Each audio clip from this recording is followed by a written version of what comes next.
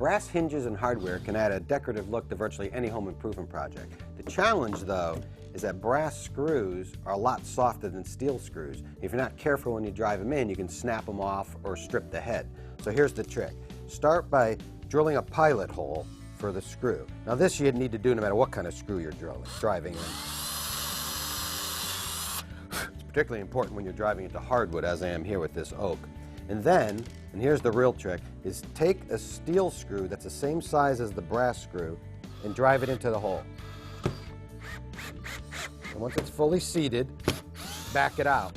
What you've done is you've effectively threaded the wood with the exact right size hole for now putting in the brass screw.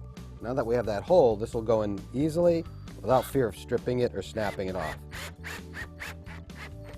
There you go, perfect. And again, this works on any kind of wood, but is particularly important when you're doing hardwood like this oak, because the screw will bite into that wood and snap off without that perfect size pilot hole.